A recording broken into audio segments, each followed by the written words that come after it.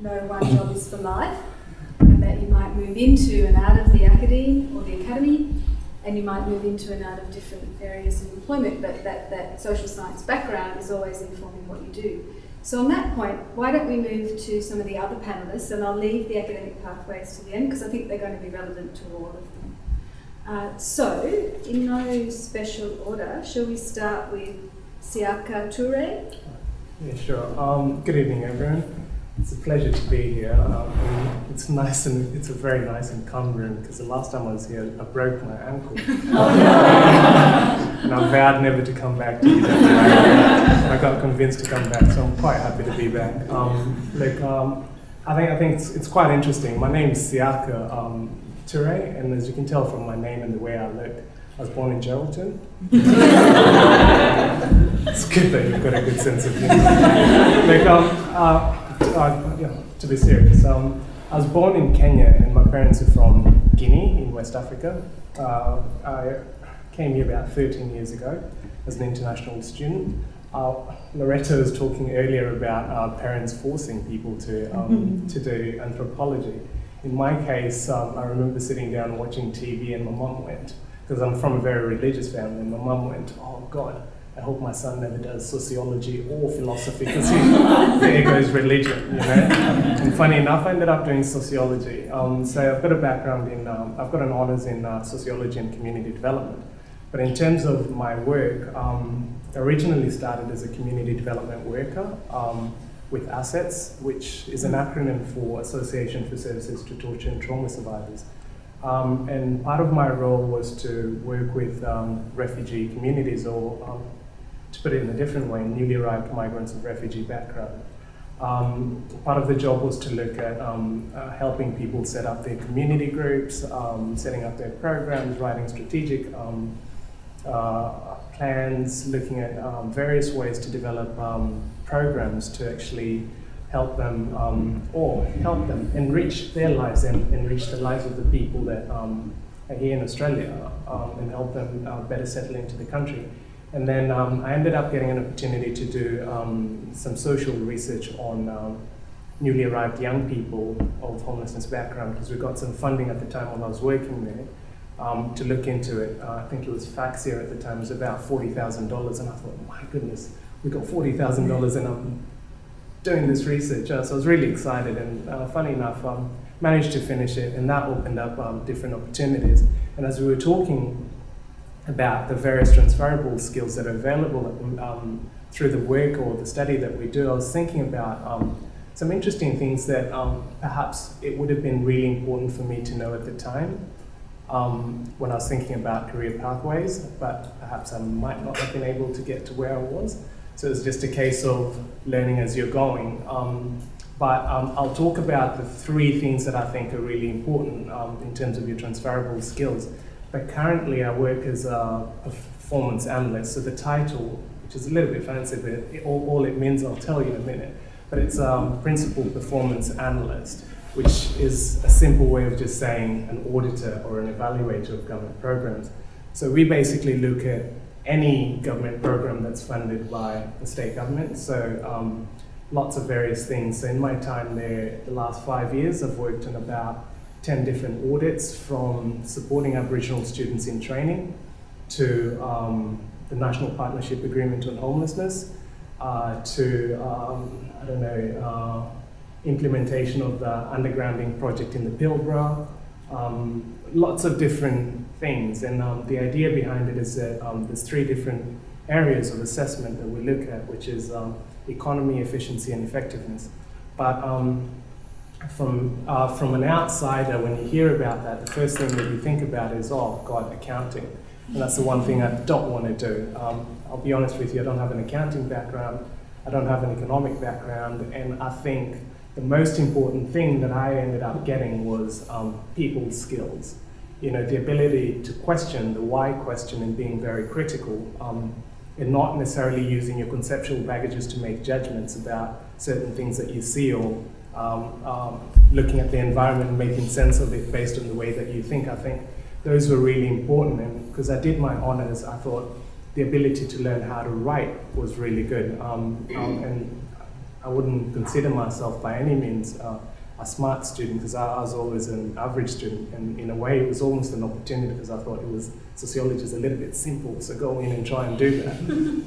But the opportunities that I've got from it, I think, are immense and amazing, because I was talking to Claire and I think Amber today, and I thought, oh, look, it'd be interesting to think of, to hear what you think about the course that you're doing. And obviously, when you're at a certain point in time in your studies, the theory that you tend to do doesn't necessarily make sense. Because I remember sitting down one day and having a chat to a friend and said, oh, the math that I learned at school, I'm not sure how that's helped me. But in terms of bringing it back to the theory, I think it helps you conceptualize the world in a way that perhaps you might not have been able to do. And I think for me, that gave me a really, really good opportunity to be able to critique things. So my favorite word, and I tell my kids, is why is always a really good question. You think about the kids, they always have the why question. Go pack up your toys, why? There always has to be a rationale. And I think it's a really, really interesting it's an interesting way and a skill to actually have, because often when we get to a certain stage, the one thing that you tend to give away, sorry, and I know there's issues with time, I'll be very, very quick, is that idea of why, because you already have your own conceptual baggages that I think this is how it's supposed to be, so best to not ask that question. Because obviously people will think this of me or think that of me, but I think coming back to the skills that you don't necessarily see out of the stuff that you do, particularly in humanities, and I point out sociology and anthropology, I thought, were really invaluable. So I think at the moment, today when I was thinking about coming here, I thought, oh, quickly go back to the JDF and look at the essential skills that they tend to ask for. And the three essential skills that they ask for is the ability to critically think, the analytical skills, the people skills, and your ability to write. And that's stuff that you automatically get from the studies that you do. And often it's very easy to get caught up in the idea that, oh, look, I need to be able to write certain things to fulfill the selection criteria. But yet, if you just take a step back and think about the fact that perhaps there's actually a lot of things that I might be able to provide your organization that not anyone else might be able to, it will make life a lot easier. So I think if there's only any one thing that I could probably just throw out there for you to think about, is just that don't get caught up on the idea that as an anthropologist I need to go down and be an anthropologist. There's lots of different avenues out there, and I'm sure there's other opportunities in government, not for profit, that would be worthwhile for everyone to pursue it. But as long as you think about the non-tangible skills that you bring into a role, those I find really important. As you were saying earlier, there's certain things that you learn on the job. The technical side of things, anyone can learn. I think once you've been in it with experience, you automatically get into it and learn how to do it. But the ability to critically think and work with people is invaluable. So there's only that's just my 2 cents. I'll let everyone else know. And some really great real dot points. Yeah. Thank you very much. And we might move now to Lizette, because you have similar titles. I don't know if that means you have similar pathways and careers. Well, I think maybe I have been collecting the data and writing the reports that you read. So I've been working in universities and the public service, and independently as a consultant to do program evaluation to see whether the government funding is worth it, and even just the words worth it, what does that mean? So I guess the kind of thinking that you do in this degree just helps you unpack so much stuff. There was one literacy program in Port Hedland that I went to evaluate, and the data collection was kind of organised by the school principal, and I walked into the focus group and it went really well, got lots of data about this wonderful program, it was doing all these amazing outcomes, just great, just what the Office of the Auditor General wants to hear. And then I was lying on the grass in the sun afterwards talking to these women from the focus group. They were Aboriginal women. And I mentioned the program again, and someone said, "Oh, we haven't started the program." And I was like, "What? What is that whole focus group about?"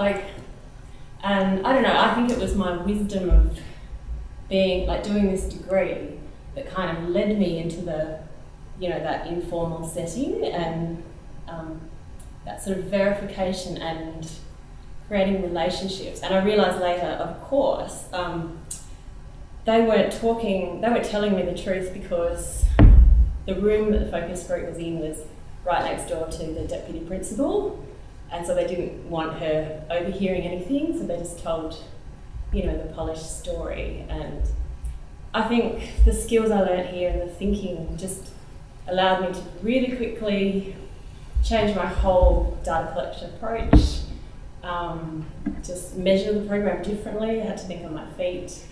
I had to work out who to trust and who would provide the best information, and it's just so fun. And I guess just not taking the world so literally is really important. I think I've worked with a lot of people in the public sector who care about templates, but they never question data quality ever. So they're just like, let's email all these out. And I'm horrified. I'm like, if you're an education assistant getting that in your email, you're just gonna, I don't know. So I'm the person, that drives out, and which I get from my degree, and it also makes my job really rewarding, and the critical thinking, yes, because I just want to make the point that I did a graduate diploma in journalism at Curtin after this degree, and there was no critical thinking at all in the whole of the journalism degree, and I was horrified. So it's a really good basis for any other path you choose. I call it the pain in the bum factor. You do a year of anthropology and you're expelled from the television room because you just want to critique everything you're watching and nobody wants to hear you do it. I just have a quick question for you about the data collection and data analysis side of it. I'm doing undergrad anthropology at the moment. Is that something that you learn more about in postgrad or in London? Oh, the actual data collection methods, are you talking about? Yeah. Tools? I actually learned more about that in my first job as a research assistant. So it's like more of a practical experience kind of thing, learning experience instead of going into it knowing how to do it?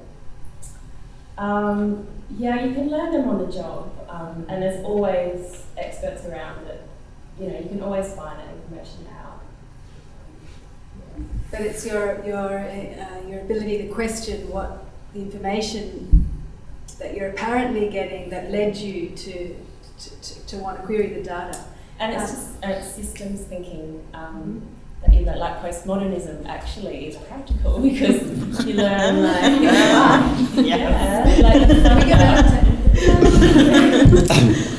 when you interview the funder, they're going to say something different to when you interview the kid that is supposedly being roped into this program, or you just learn to think of things as a community, and that power speaks to truth, and that's really useful. We'll just hear from Erin now, because Erin, I think, emulates the didn't find a job with anthropologist in the label. I think that was a really important point that was made, that all of you are doing work that doesn't say sociology, anthropology. So we might take a few questions now before we go to the last two panellists. Any questions about those dot points? I'll go ahead and as well. In terms of some of the things that you guys were saying about, it sounds like you're often in the middle of varying sort of stakeholder concerns. How ridiculous does it get? I mean, that sounds like a pretty difficult example. If you're caught between people who are denying climate change and people who are dealing with the water and can't find anything. how bad does it get? Are there any practical examples of things that students or we can prepare ourselves for in terms of dealing with conflict? When there's personalities and unquantified factors about relationships and attitudes and beliefs are the problem. There's a practical solution, but people don't want to participate in the solution. I actually did a course through an organisation called LEADR, L-E-A-D-R, which is a mediation course. Have you heard of LEADR at all? And that was just circumstantial. I just saw that it was coming up. They have courses, everything else. They've got a website. Have a look there. That was really very good at learning how to actually manage situations, and that can happen organically as well.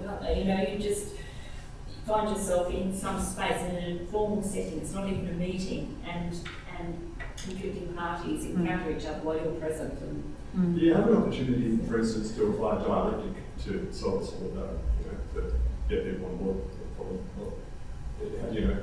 Does theory come into much of it? Blood instinct, I'd say. You really, talking about being an anthropologist with friends of mine who aren't anthropologists, you realise how much you internalise when you study anthropology. I don't think of myself as knowing anything special, but you do. You really do learn these skills and take them inside yourself and don't even realise you're doing it half the time, and it's super useful. Not everybody has those capabilities.